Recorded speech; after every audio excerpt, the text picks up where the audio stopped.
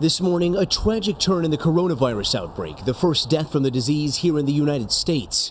The victim, a Washington state man in his 50s who had underlying health conditions.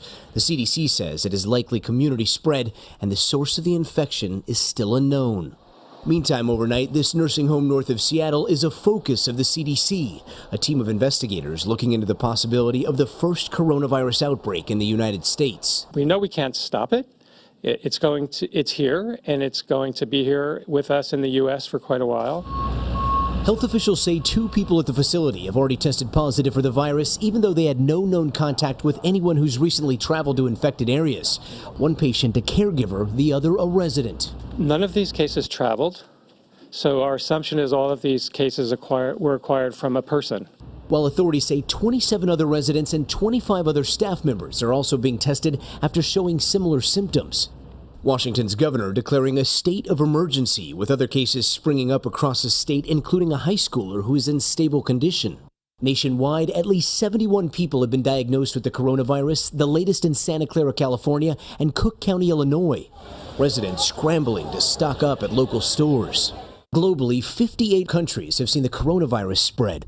Back home, health authorities say they expect more cases now that the tests are being administered locally, but they stress so far around 80% of those who contract the disease only have mild symptoms similar to a cough or the flu, and fatal cases usually arise from elderly patients or those with underlying health issues.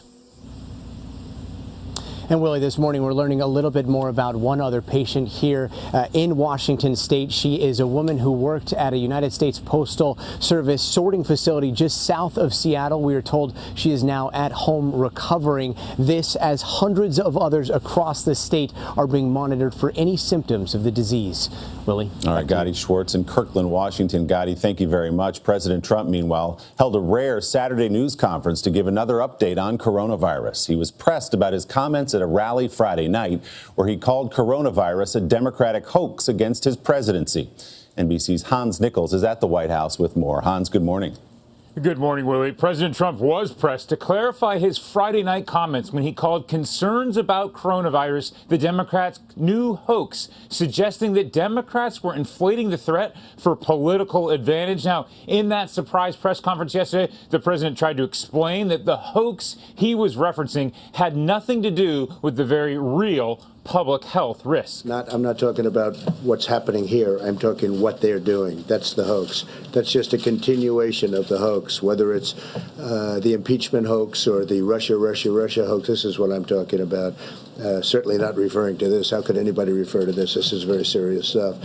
The administration has issued new travel warnings for parts of Italy and South Korea, in addition to restrictions already in place for Iran and China. While President Trump did offer condolences to the family of the Washington state resident, the first American to die from the virus, the president's team called for calm and warned against panic.